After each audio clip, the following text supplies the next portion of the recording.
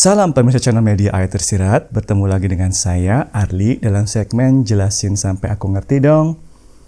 Kali ini saya bersama Mas Isa di sini. Kita akan ngobrolin pertanyaan-pertanyaan yang ada di grup WA yang sebelumnya pernah ditanyakan oleh anggota WA tersebut ya, dari pemirsa juga. Oke. Marilah kita mulai diskusinya. Ya, kita mulai sekarang diskusinya. Apa sih pertanyaan yang mau lu obrolin kali ini? Jadi di sini ada banyak kali. Pilih aja salah satu. Udah ada yang terjawab, ada yang merasa sama ini. Pertama yang ini dulu deh, yang ilmu buah kuldi. Itu berarti nggak cuma tentang roh ya mas, tentang seluk beluk nafsu juga. Iyalah, otomatis semuanya bagaimana sebuah manusia itu terdiri dari rasa akal pikirnya itu ibaratnya gini. Ini kan ada dua benda yang sangat berbeda. Itu kan harus dijahit. Gimana caranya supaya ketika tumbuh, dua-duanya tumbuh. Nah itu kan salah satu poin penting kenapa manusia harus reinkarnasi dulu. Karena kalau misalnya orang itu udah atik rohnya pakai kesaktian, itu ibarat badan yang udah dimutilasi macam-macam, udah dimodifikasi macam-macam. Nah itu nggak bisa dibalikin ke normal lagi kalau nggak ada ilmu roh ini. Nah makanya kalau reinkarnasi yang diceritain di agama-agama yang berbeda itu nggak bakal bisa rohnya tumbuh bersama jasadnya. Yang ada jasadnya tersebut, roh yang ditempelin itu justru terhambat pertumbuhannya gara-gara roh yang ini. Begitu jadinya. Jadi ya benar, itu tentang semuanya roh itu. Dan termasuk secara real bagaimana malaikat muqarrabin itu bisa masuk ke dalam hati manusia, habis itu mengetahui material rohaninya berapa persen, material jasmaninya berapa persen, rasa pikir, akal, rasanya, dan raganya berapa persen. Itu kayak gitu juga semuanya mereka bisa lihat dengan real. Makanya jadi kalau ditanyain bagaimana caranya malaikat muqarrabin bantu manusia, kan mereka nggak pernah ngerasain kehidupan. Lah, justru mereka tahu persis bagaimana isi hati manusia. Makanya mereka bisa ngarahin manusia itu perlu ke arah yang mana. Seperti itu kurang lebih. Cukup jelas belum pertanyaannya itu? Jawabannya? Lumayan. Apa yang belum jelas? Bentar. Jadi intinya itu kan berarti itu adalah salah satu ini juga ya, dari gentayangan juga ya di situ ya. Maksudnya? Ada sangkut pautnya. Ini kan dia bilang adalah ngomongin soal roh ya. Bentar, masih belum nangkap nih di sini. Iya, jadi kalau gitu gua ngobrol dulu. Jadi kalau misalnya yang ditempel-tempelin itu sama manusia, itu ibarat ya dulu sama dengan percobaan ketika manusia purba gitu. Jadi asal-asal aja testing, coba kayak bisa apa enggak testing. Ya ibarat kalau misalnya ilmunya malaikat muqarrabin itu kayak misalnya dokter bedah yang udah mantap banget, jago banget. Udah ngerti semua ilmunya, jadi mereka nggak asal potong-potong doang. Keempat Muhammad, utak-atik roh itu ibarat tukang jagal di... Ini ibaratnya satunya dokter bedah, satu lagi ahli gigi gitu ya. Enggak, jauh bener. Masih kayak jagal buat motong-motong sapi, buat dimakan. Iya. Itu kayak gitu bandingannya ya. Jadinya akibatnya kalau misalnya udah dilakuin, udah dipotong, nggak bisa dibalikin lagi. Nggak bakalan. Ya kalau misalnya dokter-dokter bedah gitu kan masih bisa kan. Kalau misalnya diganti partnya atau gimana. Ini lebih hebat lagi bahkan dari dokter ya. Karena dia bisa menumbuhkan yang sebelumnya udah rusak, bisa ditumbuhin lagi. Seperti itu.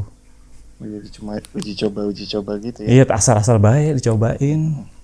Kan tujuannya pertama kali itu roh ditempelin sama manusia ditempelin sama roh kan emang biasanya ada anak kesayangannya Muhammad yang pintar banget lah, yang lebih bijak dan sebagainya, ditempelin ke manusia yang masih murni, masih bersih dengan harapan bisa copy paste lah kebijakannya. Malaikat tanda kutip biasanya dikirim jadi nemenin nabi baru di agama yang baru. Seperti itu asal mulanya. Tapi banyak problemnya lah, kan nafsu kan juga punya malaikat tanda kutip yang nafsu. Sedangkan malaikat tanda kutip juga nggak tahu ngeliatin yang tadi saya bilang tadi, komposisi material rohani, material jasmani, nafsunya berapa persen. Bis itu jadinya ya namanya juga percobaan, jadinya kacau balau lah. Dan itu juga mengacaukan kode dan kodar kan, karena ada roh di sini. Tambah parah deh kacaunya. Apalagi siluman ikut-ikutan kayak gitu juga. Mereka juga coba-coba, kayak gitu ya, coba. Iya, jadi efek domino kayak gitu. Dan mereka juga nggak tahu apakah seseorang tuh roh yang ditempelin itu pasti lebih tinggi level keimanannya atau enggak. Jadi ada kalanya malah lebih rendah level keimanan ditempelin ke orang yang level keimanan lebih tinggi, jadinya makin parah, jadi kacau balau. Bukannya bantu malah ngerepotin jadinya. Oh itu yang jadi ini ya. Yo, langsung lanjut ini aja. Tapi udah tanya udah jelas belum? Ya udah jelas. Udah jelas Oh, ya, udah jelas. ilmu roh itu. Udah jelas. Ini kan jadi lanjut ke ini ya. Itu yang membuat perbedaannya antara Ibu Ririn sama bedanya sama peranan KRM sebagai lewatan agama itu juga ya. KRM itu siapa lagi? Rasul manusia. Ya betul. Beda iya. Bu Ririn cuma sebagai lewatan supaya Nur Muhammad itu bisa ngelihat prosesnya, oh kayak gitu. Jadi ya itu Bu Ririn itu cuma sebagai bidak aja. Jadi kan pada saat sebelum bahkan ketemu sama Bu Ririn itu Jibril sama keempat umat tuh udah nggak ngomong. Karena Jibril udah kesel gara-gara segala macam omongannya dipelintir macam-macam. Akhirnya apa jadinya ya keempat Muhammad diam aja tunggu ngeliatin Jibril berbuat apa lagi ya. Tapi Jibril ternyata kesana kemari nemuin malaikat tanda kutip dan siluman yang level-level tinggi-tinggi ditawarin satu-satu. Ada nggak yang mau reinkarnasi jadi cewek? Tapi semua 3 kayaknya harus dibalikin semuanya. Ya udah, di apa ceritanya ya? Ya seperti tadi kita barusan ngomongin ilmu roh, langsung diambil semua kesaktiannya. Habis itu rohnya dijadiin kosong lagi, jadi murni lagi seperti awal mulanya, dimasukin seret ke badan seorang wanita perempuan yang baru lahir itu. Nah, kala itu keempat Muhammad juga belum tahu kan? Iya. Ini Jibril ngapain sih gerakannya? Akhirnya apa? Jadi testing lah. Bu Ririn dikerjain jatuh mau apa-apa. Habis itu Jibril ternyata bertindak. Berarti bener ini dia orangnya. Seperti itu maksudnya. Kan Bu Ririn bercelaka waktu kecil kan? Iya kan. Jadi kan Jibril diam aja kan. Soalnya dia karena dia nggak mau bikin karma sama sekali kan. Diam aja kan nggak mau gerak kemana-mana. Tapi begitu keempat Muhammad nyoba gitu ternyata Jibril bergerak. Oh berarti bener ini dia sasarannya selanjutnya. Jadi ini adalah celah bagi keempat Muhammad supaya bisa mempengaruhi Jibril. Karena ini pertama kali Jibril mau ikut campur urusan manusia. Kebayang? Mancing dia ya. Iya, jadi yang bikin hampir celaka adalah ya keempat Muhammad. Cuman itu adalah salah satu teori saja ya, belum tentu benar ya. Tapi kalau ngeliatin indikasi-indikasinya seperti itu sih. Secara langsung ataupun tidak langsung, jadi bisa juga nggak secara langsung ketika keempat Muhammad itu ngetesnya. Oke. Apalagi pertanyaannya? Apa ya? Ini juga sih hitungannya ngobrolan bebas juga. Iya. Ya kalau lu ada pertanyaan sendiri, tanya sendiri aja, nggak usah pakai yang di situ. Itu Kan dia. lu kan juga udah ngalamin sendiri kan jadi anaknya Bu Ririn gimana? Kenapa terlalu personal? Kagak sih. Gue udah banyak denger dari mama juga. Nah iya, tapi kan pasti ada pemahaman yang lain yang lebih detail yang lu sebelumnya nggak pernah kepikiran. Kayak di testing ya dari dulu udah lama lah, dari lu mulai waktu gue udah mulai ngerti kan umur dari 21 tahun kan pertama kali masuk rumahnya kan udah sempurna kan aku udah bisa ngerti ke masa lalu dari kecil itu kenapa begini kenapa begitu, habis bisa ngelihat juga masa depan ujiannya munculnya kayak gimana. Makanya bisa anteng-anteng aja meskipun lu juga udah nggak karuan kan kemana kemari bisa tenang-tenang ya. Ibaratnya gini, mama Bu Ririn lagi ngatur gerakin kayak gini, gue cuma bisa sebagai asistennya ngeliatin gini aja nih, jadi apprentice lah ya, ngeliatin tapi nggak bergerak sama sekali. Kenapa ya? Karena kalau misalnya gue bergerak nanti ngacaukan kerjaannya mama yang tadi udah susah payah kayak gini, karena gue nggak punya pengalaman apa-apa. Kalau misalnya ikut campur jadi malah kacau. Makanya saya telototin aja dulu, ngeliat sini kemari gitu, sehingga sampai suatu titik akhirnya ngerti ilmu maksud dan tujuannya seperti apa. Dan kamu tahu sendiri kan, Bu Ririn itu nggak pandai ngejelasin sampai ngerti kayak saya sekarang ini kan, yang sampai akal dan pikir sampai raga juga jelas semuanya. Ya itu juga proses bertahun-tahun menahan diri. Yuk kita lanjutkan pembahasannya. Sorry tadi kepotong. Tadi ngomong apa tadi? Ya berarti banyak ya. Banyak banget. Banyak banget ya. Dari kecil. Itu berarti orang-orang yang apa? Yang dulu ketemu mama segala macam, mama harus berhubungan, itu adalah apa? Sampel pengalian rohani. Dari ranking keimanan yang berbeda-beda. Banyak yang bertanya soal itu juga. Iya, ranking keimanannya berbeda-beda. Jadi gini prosesnya. Pertama, keempat Muhammad langsung mengajukan calon-calon manusia yang sesuai dengan ranking tadi. Iya. Dalam 10 tahun pertama kan udah selesai itunya, pengkategoriannya, yaitu 1-14 ini udah saklek nih, udah oke nih, ini bisa jadi manusia dikehendaki. Makanya biasanya kalau ketemu Bu Ririn cuma sebentar dalam proses 10 tahun itu berarti mereka adalah 1-14 biasanya. Oh, jadi karena udah udah mengemis habis langsung ditolong tanpa mengharapkan apa-apa, ya udah pasti udah langsung udah selesai lanjut gitu. Nah, yang jadi masalah adalah ranking 17 sama 18. Itu yang jadi perdebatan bertahun-tahun. Keempat Muhammad pengen ada sebagian dari ranking 18 itu yang kalau bisa ditarik sampai jadi 17 dari masuk jembatan. Ini Inginnya efek gitu ya. banget ini. Bayangin manusia yang menghendaki gimana caranya supaya bisa sampai ke jembatan. Jadi dia masih punya peluang untuk dapat Yes. dalam kehidupan kali ini. Kenapa seperti itu penting? Karena ini kan standar. Apa artinya? Artinya kalau misalnya standarnya udah bergeser, para malaikat tanda kutip dan siluman yang ranking segitu juga otomatis naik juga. Jangan lupa. Kebayang nggak? Oh iya, ibarat kayak SNI gitu kan. Iya, standarnya kalau misalnya diturunin otomatis yang semuanya yang udah nggak punya kesempatan buat meningkatkan kualitasnya, mereka juga keseret juga. Itu dianggap lolos penting ya. banget. Makanya tarik-tarikannya bisa lama banget itu ngurusin cuma buat nomor 17 sampai 18. Iya. Dari tahun 2019 dari tahun 99 malah sebenarnya sampai dengan 2017. Di antara 17 sama 18. Ya. Jadi begitu ya, pemirsa, kalau misalnya pemirsa menyadari bahwa ketemu sama Bu Ririn langsung, kenyataannya adalah rata-rata dari pemirsa itu levelnya segitu. Jadi jangan GR dan menganggap udah tinggi ya. Kebanyakan di antara 17-18. Seperti itu, Sa. Jadi merasa GR karena dekat ketemu Bu Ririn lama, bergaul lama, oh justru jangan GR, kebalikannya justru berarti kan kamu adalah sampel yang butuh di testing begitu lama sehingga bisa masuk ke jembatan. Jadi mepet-mepet sama 18 justru. Makanya. Itu jawaban pertanyaannya. Iya, ada banyak gitu ya. Banyak. Dikiranya dengan ketemu Bu Ririn lama, gaul lama, otomatis paling tinggi. Enggak, justru kebalikannya. Oke. Justru malah yang ketemu bentar malah udah langsung. Iya, justru kebanyakan udah saklek, misalnya udah 15 ya udah 15 nggak bisa diapa-apain, 16 oke, 17 udah oke, 17 sama 18 yang lama banget. Jadi antara effort sama hasilnya nggak sebanding. Nah, Bu Ririn udah ngerti sebenarnya dari awal ketika disuruh itu ini nggak bakal bisa, tapi nggak boleh lah kayak gitu. Harus dilakuin, ya udah dilakuin, nggak boleh nolak. Nah itu terus. Saya juga ngeliatin, ya ngerti.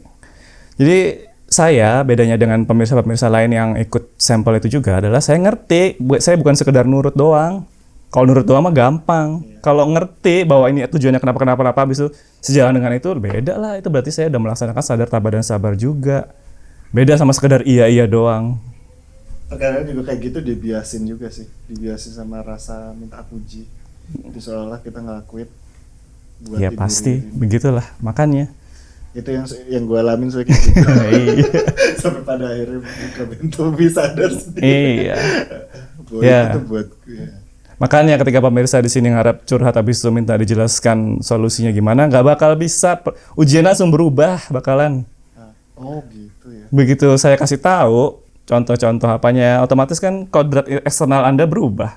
Kodrat eksternal Anda berubah, otomatis ujiannya bakal belok, dia ngincar yang lain lagi lah. Oh itu kenapa ya Mama diemin aja itu ya. Iya.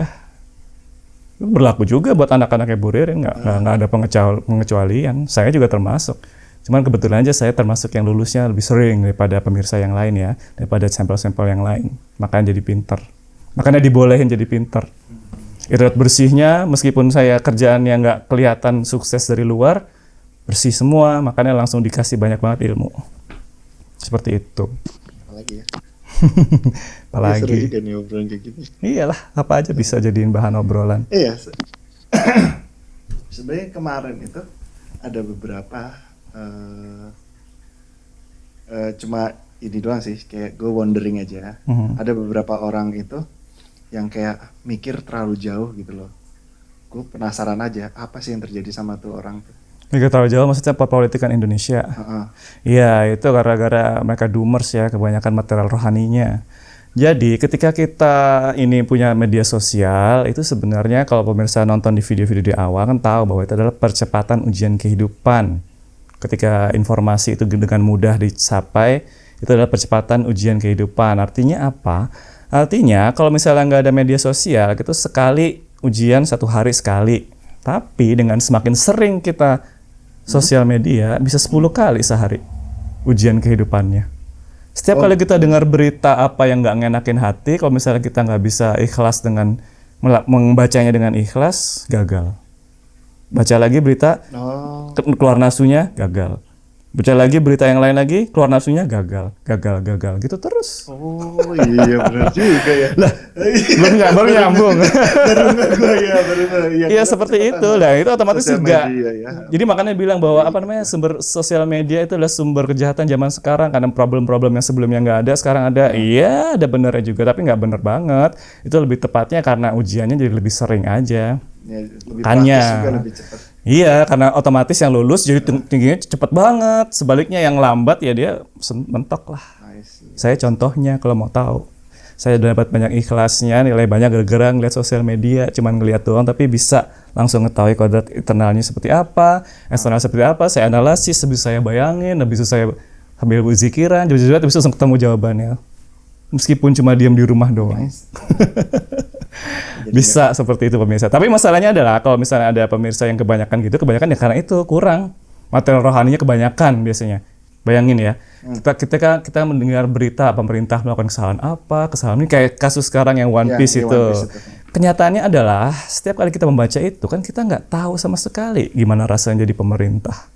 Jadi pihak yang harus ngatur masyarakat mikirin banyak orang sekaligus. Tantangannya di lapangan apa? Keringatnya harus keluar seperti apa? Berapa jam harus rapat ke sana, rapat ke sini, ngomong ke sana, ngomong ke sini? Berapa jam harus lembur? Ya, yang kita lihat kan cuma pemimpin-pemimpin bosnya doang kan yang seolah-olah cuma ketemu di kamera habis selesai kan. Kita nggak ngerti secara real dengan raga pikir akal kita ini ketika kita benar-benar ngurusin orang lain, orang banyak. Nyatanya adalah kalau kita jadi posisinya mereka, kita belum tentu lebih besar, lebih bagus, bisa-bisa lebih mencelek, itu pasti itu. Nah, kalau misalnya orang cuma ngelihat dari berita doang, itu material rohani doang di hatinya diisi. Kita bilang bahwa oh iya ini udah pasti benar, ini udah pasti salah, tapi kita belum pernah nyoba benar-benar melakukan perbuatan tersebut. Bahwa kalau kita mau benar seperti itu, keringat yang kita curahkan banyak banget nih, basah semua badan. Tangan kita, habis itu kita menghadapi dilema bahwa ada orang pengen A, pengen B, dua-duanya masih sama benar, tapi kenyataannya adalah duitnya nggak cukup. Atau ternyata ada juga yang pengen C di sana, ternyata bos di atas ada yang ngehalangin bahwa dia nggak bisa, sedangkan kalau menyerang bos juga nggak mungkin juga. Ya, iya. Gimana? Nah itu kurang material jasmaninya, ibaratnya ya jadi doomers jadinya kan. Oh namanya doomers. Iya istilahnya kayak gitu. Jadi ya itu udah sebuah konflik yang udah terjadi dari dulu lah, dari Adam sama Ifrit kan sebenarnya kayak gitu juga. Ketika Adam bikin kerajaan, bikin kebudayaan baru, apa-apanya pasti kan ada kelemahan-kelemahannya. Itu diserang sama Ifrit, ini kurangnya, kurang ini. Iya, bener sih. Ya udah, tapi berantem dah. Kenyataannya adalah coba Ifrit disuruh bangun bisa nggak dia? Nggak bisa.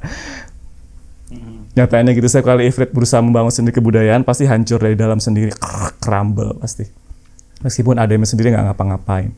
Itu adalah sebuah konflik, sebuah siklus yang terjadi semua dari awal sampai terakhir. Bukan cuma antara Adam dan Ifrit, tapi kita semua juga selalu kayak gitu pasti. Pasti ada sesuatu yang bangun, habis ada celah-celahnya gimana, terus kelemahannya pasti muncul, habis itu kita serang hancurin, tapi begitu dibalik ini yang sekarang membangun, sama aja atau lebih parah. Ada contoh ininya nggak kasusnya? Komunisme lawan kapitalisme. Oh, gitu. Komunisme itu bisa merepresentasikan Ifrit sebenarnya kalau secara hakikat ya.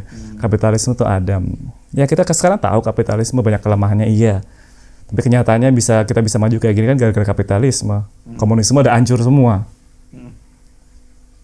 Karena orang nggak mau dikorbankan yang pintar ketika harus mengorbankan ke yang lemah, yang nggak mau kerja sama sekali kan dia nggak rata jadinya kan. Bahwa semua orang harus keadilan katakanlah ya. Komunisme itu ya? Iya, maksudnya secara hakikatnya kan itu kan bahwa semua orang harus rata semuanya sama persis. Tapi kodrat dan irodat individu manusia kan berbeda-beda. Sebagai sebuah teori di otak, oh iya bagus banget itu. Kita kan bagi-bagi semuanya dapat sama. Tapi kalau realnya kan nggak kayak gitu. Kita harus menghadapi banyak sekali tantangan dalam kehidupan.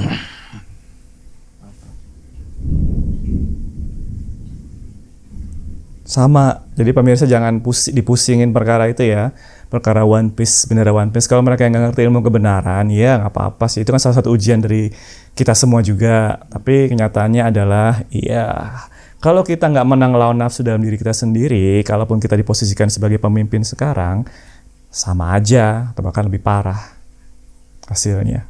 Nggak gampang. Nah, itu juga ngepek. Artinya apa?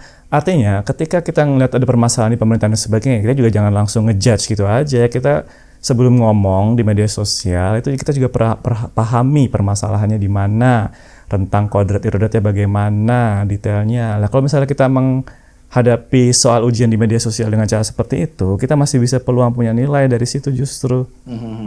Katakanlah kita tahu bahwa ini untuk bikin kebijakan samsat banyak atau SIM-C banyak yang suap dan sebagainya, katakanlah bayar gitu. Kalau misalnya kita bisa ujian sisi bisa bayar juga, berarti kan lu bagian dari permasalahannya bukan dari solusinya. SIM-C pasti. Oh iya. Harus bayar juga supaya dapat. Ya itu mengkritik, tapi dirinya sendiri kenyataannya tetap bayar juga. Nah itu semacam itu harus disadari. Makanya ketika udah tahu bahwa saya juga kayak gitu, udah langsung direm mulutnya. Udah tahu, sadar bahwa ketika saya keluarin ngomong A, mengkritik itu padahal saya sendiri ngelakuin, udah pasti gagal ujian kehidupannya. Jadi pokoknya intinya dipikirin ujian kehidupannya itu ya. Iya. Tentang kehidupan orang lain. Oke. Ada kodrat irodatnya yang detail. Jadi kalau setiap kali ngeliat permasalahan gitu digali, jangan berusaha langsung ngejudge gitu aja. Rasain sendiri dengan badan kita. Misalnya tahu bahwa orang itu nakal karena jual dengan cara standar yang gak benar. Ya kita coba aja jualan, hadapi tantangannya betapa beratnya buat jualan mie. Ya kan, Sa? Iya, betul. Dikiranya gampang gitu jualan habis itu laku. Dikiranya bikin peraturan kayak gini A, B, C gampang. Iya kalau misalnya kita nggak ngerasain sendiri tantangannya, nggak bakal bisa dibayangkan. Nah itu harus direm ya di sosial media. Setiap kali ngeliat ada hal-hal yang menurut kamu kurang ideal, itu kemungkinan besar karena kamu belum ngerasain sendiri. Berarti kalau gitu berarti itu banyak harus melatih empati ya kayak? Semuanya, empati, antipati, simpati. Tapi kalau misalnya itu ya khusus spesifik itu empati. Dan ini juga harus keluar keringat. Kamu kalau misalnya cuma diam di rumah doang lihat HP nggak bakal bisa. Harus sambil irodat bersih lah yang lakuin, bener-bener badannya dipakai. Jadi biar material jasmaninya juga masuk ke dalam hati. Nggak cuma rohani doang diem nonton gini doang. Semakin kamu nggak gerak badannya, nggak melakukan bermanfaat buat sesama dan pribadi, semakin kamu dikendalikan nafsu rasa suci pasti. Makanya badannya, raganya, pikirnya, akal rasa juga dipakai juga sehari-hari. Meskipun nggak berhubungan dengan masalah yang tadi diomongin di internet, nggak apa-apa. Asal selalu dilakukan dengan irodat yang berusaha dibersihkan sebersih-bersihnya. Kenapa? Ya karena itu jadi bahan baku bagi malaikat muqarrabin di dalam hati kita. Coba katakanlah kita ngisi hati kita cuma pakai material rohani doang. Kita udah punya malaikat muqarrabin. Terus masa dia mau bangun dari rohani doang? Di mana nih material jasmaninya? Kagak ada. Kan harus 60-40. Kalau kayak gitu ibadah kita nggak bakal bisa diterima. Cuman ada ininya doang, volume doang, nggak ada chatnya. Jadinya kan nggak boleh, kan harus 60-40. Berarti sebaliknya juga ya? Iya, kalau misalnya terlalu material tapi material rohaninya kagak ada, isinya cuma chat doang, kayak ada volumenya. Ya, makanya kalau misalnya udah punya malaikat muqarrabin ya, gitu cara kerjanya si lumah dan syariah. Tapi kalau misalnya belum ya nggak bisa. Makanya kalau belum berarti kita kerjanya nggak otomatis. Otomatis itu maksudnya gini, ketika kalau udah punya malaikat muqarrabin, kita nggak harus secara spesifik, secara sadar mikirin ini solusinya gimana. Enggak, cukup dilempar aja ke alam bawah sadar, habis itu malaikat muqarrabin lumah dan syariat yang ngerjain di belakang ketika kita ngerjain hal yang lain. Makanya saya jadi kayak gini, karena setiap kali ada permasalahan apa di internet atau yang saya belum tahu pertanyaannya, yaudah saya bikin aja pertanyaan, ini gimana sih menyelesaikannya? Yang saya tahu adalah ini. Oke, yaudah, lempar ke belakang. Entah itu 1 menit kemudian, 1 jam kemudian, 1 hari, 1 minggu, atau 1 bulan, pakai jawabannya langsung muncul. Gitu, enak banget. Selama kita kasih supply irodat yang bersih, material jasmani dan rohani yang bersih. Soalnya kalau kotor nggak bakal dipakai buat bangunan oleh malaikat muqarrabin, lumah dan syariat. Jadi cara MM kerja itu berarti lewat alam bawah sadar ya? Alam bawah sadar. Apakah lewat mimpi gitu? Termasuk ya alam bawah sadar apa aja bisa, mimpi atau bisa. Tapi jangan ketipu sama metodenya aja. Saya nggak pernah bermimpi aneh-aneh, pokoknya tahu aja gitu. Kayak misalnya sekarang lu tanya apa, kan langsung muncul jerak jawabannya. Betul. Kalau misalnya intuisi nggak juga, soalnya saya punya juga alasannya kenapa harus secara logisnya juga kan, runtutan dari ujung sampai ujung kan itu di atas dari intuisi, lebih tinggi lagi bahkan. Jadi bisa lewat mana aja ya. Saat mana aja. Lagi mikir gini, tahu-tahu dapat pikiran apa, langsung inspirasi seperti itu. Saya banyak juga yang katanya didatengin di mimpi segala macam. Ya, kalau itu roh-roh juga bisa. Jangan ketipu ya. Malaikat tanda kutip dan siluman bisa juga kayak gitu, nggak selalu. Justru malaikat mukorobin yang bisa langsung kasih tahu kita saat ini kita lagi sadar lebih hebat kan daripada yang harus kita tidur dulu. Bayangin dong. juga. Tidur kan cuma berapa jam doang. Enggak, maksudnya dia harus dalam kondisi kita nggak ada alam sadarnya kan, baru dia bisa komunikasi. Tapi kalau misalnya malaikat mukorobin nggak bisa juga, kapan aja kita mau. Kayak sekarang lagi berdiri kayak gini juga bisa dikasih tahu. Justru lebih hebat dong. Iya. Jadi ketipu ya. Banyak yang cerita-cerita gitu, dia kayak dikasih kode gini dari mimpi. Iya, itu malaikat tanda kutip paling. Kalau malaikat mukorobin nggak perlu kayak gitu-gituan justru. Paham. Iya. Jangan ketipu ya. Kayak kemarin tuh ada pemirsa yang bilang, saya ketemu sama orang tua ganteng gini. Habis itu dia nunjukin arah ini ke jalan yang lurus. Alah, kayak gitu orang cuma action doang gitu aja, jangan pembimbing. Kalau membimbing beneran itu, ketika kita hidup beneran, habis itu kita langsung kasih tahu nih blak kita kapan tahu harus ngerem, kapan harus ngomong. Itu membimbing beneran. Kalau itu cuma action doang gini, ibaratnya bikin foto, kamu harus kesini. Ya, gitu aja udah kagum. Jangan ketipu ya, sama kayak gitu-gituan. Ya.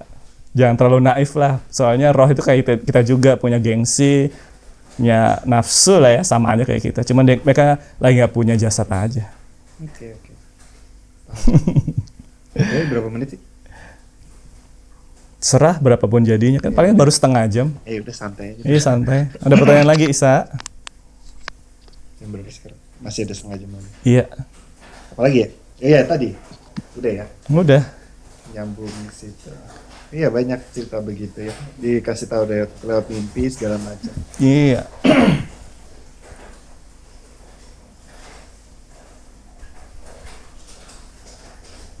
Bahkan ada kak yang kayak pernah ada yang cerita gitu, dia bingung mau mulai dari mana, belajar ilmu kebenaran gitu.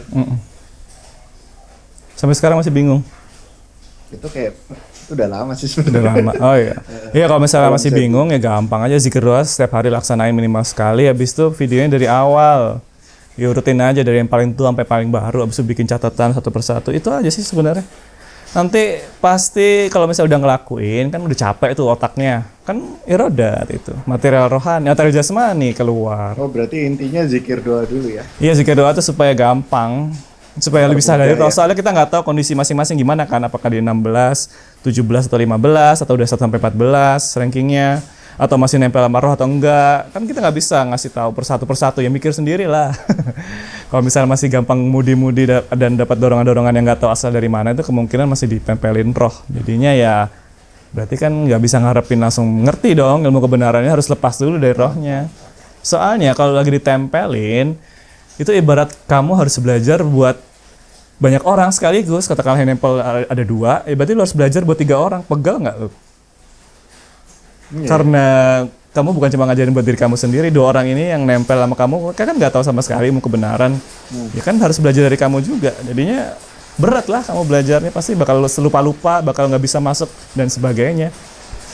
Kan dia harus lepas dulu dari roh, dibilangin. Itu yang ngebuat kayak pengen ngelakuin apa-apa jadi malas gitu. Iya, itu juga. Malas. Jadi ketika kamu ditempelin roh, bukan cuma kelebihan mereka yang kamu dapatkan, kekurangannya juga otomatis. Kalau hujan gini suaranya sampai masuk dalam rekamannya ya? Nah, itu belum nyoba. Ya semoga nanti bisa dibersihin nanti suaranya. Iya betul. Ada lagi pertanyaan? Ya, jadi pemirsa, kesimpulannya salah satunya dari obrolan kita sebelumnya itu adalah kita bisa meningkatkan level keimanan, peluang bagi level keimanan kita untuk meningkat dengan mengurangi konsumsi media sosial. Dengan cara seperti itu kan kita mengurangi jumlah ujian yang kita hadapi dalam satu hari. Kita jadi bisa lebih fokus untuk melaksanakan sadar tabah dan sabarnya dulu sebelum ujian berikutnya kita hadapi. Itu masalah pacing sih, ibaratnya membuat maraton. Kalau misalnya kita ngelihat media sosial terus, itu ibarat kita nge-sprint. Kita langsung kecepatan cepat, cepet-cepetnya kan ujiannya terus kejadian kan. Tapi kalau misalnya kita kontrol supaya misalnya sesekali aja, kan otomatis ibaratnya kita lagi maraton, kita pelan-pelan aja jalannya. Tapi yang penting jaraknya jauh kan akhirnya. Sampai sebelum kita capek kita udah jauh. Pacing ya. Beneran. Media sosial kalau misalnya kita langsung lihat ada yang nggak sakit hati, kita nggak tahu kenapa alasannya, gagal kita ujiannya berarti.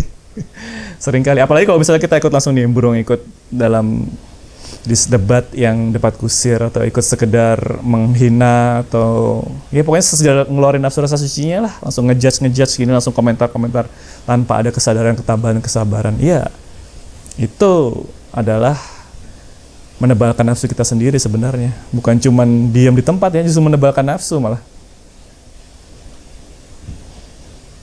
Itulah alasannya saya mengurangi konsumsi media sosial, nggak muncul kan di media sosial selama ini bertahun-tahun. Karena itu juga saya sadar bahwa ini ketika saya ngelihat, membandingin sama teman, sama kolega dan sebagainya yang udah punya anak, udah kemana-mana, kan kita ngotorin hati kita sendiri bakalan. Iya, lihat-lihat. Mendingan gak usah sama sekali. Itu kesadaran ya. Kita tahu batas kita itu seperti apa, habis itu kita cegah diri kita dari ujian yang jelas-jelas kita belum bisa hadapi. Itu juga penting loh. Itu salah satu kesadaran dan ketabahan. Jadi ketabahan itu bukan cuma berarti kita hadapin apapun yang dihantamkan ke kita, enggak. Kita tahu bahwa itu belum bisa kita hadapi, ya kita kabur dulu, juga itu kesadaran dan ketabahan juga. Dipakai Eva-nya dong kaburnya. Bukan cuma Adamnya doang. Urusan gini bisa. Itu juga bisa jadi fitrah juga. Tanya lagi, Sa. Ini jadi banyak mikir gue. Iyalah. Yang lucunya ya, Isa meskipun adik gue di sini, tapi justru dia paling jarang nanya justru. Nggak tahu kenapa malu, gengsi ya, atau apa? Bukan, malu. Apa? Karena udah dikasih, nggak tahu ya, nggak ada yang ditanya. Nah iya, tapi Banyak banget cerita-cerita. jadi yang sering banyak saya ceritain tuh Syakila. Setiap kali kita bareng kemana-mana, pasti dia tanya apa, langsung saya jelasin detail dari ujung sampai ujung. Jadi dia pasti nggak pernah habis, selalu habis pertanyaannya sampai dia ngerti. Nah itu saya jadikan sebagai latihan buat diri saya sendiri juga, untuk gimana caranya bisa menjelaskan sesederhana mungkin. Dan bermanfaat kan nyatanya. Dengan cara seperti itu, saya sekarang bisa ngomong kayak gini. Mungkin kalau misalnya nggak ada Kila, mungkin nggak bisa kali. Ngejelasin dengan detail kayak gini. Kan sebagai latihan juga. Jadi, konsep yang baru ini, segmen yang baru ya inspirasinya dari Syakila itu. Ketika terakhir waktu saya ngomongin TF11, kasih tahu sama MM. Le, itu video-video kamu tuh yang ngerti cuman sauprit doang, sisanya kagak ada yang ngerti, nggak ada yang bisa ngelaksanakan. Maksudnya ngerti di sini bisa ngelaksanain juga ya. Kalau cuma sekedar paham doang nggak dihitung. Ya udah, akhirnya mikir lah gimana ya caranya ya supaya bisa 5 watt, harus dikecilin sampai 5 watt. Tiba-tiba dapat inspirasi. Kalau gitu anggap aja jelasin Kila aja ya. Ya udah, jadinya kayak sekarang ini deh. Ngejelasin kayak Kila. Jadi pertanyaannya nggak boleh dianggap bodoh sama sekali. Apapun pertanyaannya harus dijawab sampai dia yang ngerti. Makanya judulnya kan jelasin sampai aku ngerti dong. Ya. Tadi udah mencakup semua sepertinya dari grup kayaknya. Iya. Masa nggak ada pertanyaan yang lain lagi? Ini di scroll atas belum sempat. Iya. Ada scroll atas. Iya, nggak masalah sih. Jadi pemirsa, kalau misalnya yang mau datang ke Bentomi, mau ngobrol sama saya langsung di sini juga boleh. Nanti kita di sini aja ikut, nggak apa-apa ya. Datang ke Bentomi, bikin janji kapan. Kan ini cuma butuh waktu paling setengah jam, 1 jam aja udah beres. Kok nggak susah-susah amat persiapannya. Jangan mendadak yang penting. Iya, jangan mendadak yang penting. Soalnya saya kan nggak selalu di rumah ya. Nah, saya juga. Seperti itu. Kalau mau janjian sih sama Mas Isa aja sih. Ya nanti biar saya ngatur. Oke, pemirsa. Oke, kalau belum nggak ada pertanyaan tutup aja. Ini buat 1 episode juga cukup. Iya. Oke. Ya, pemirsa, kalau misalnya masih ada pertanyaan seperti biasa, tanya lewat sini, akan saya jawab ketika saya bisa. Terima kasih atas perhatiannya. Wassalam.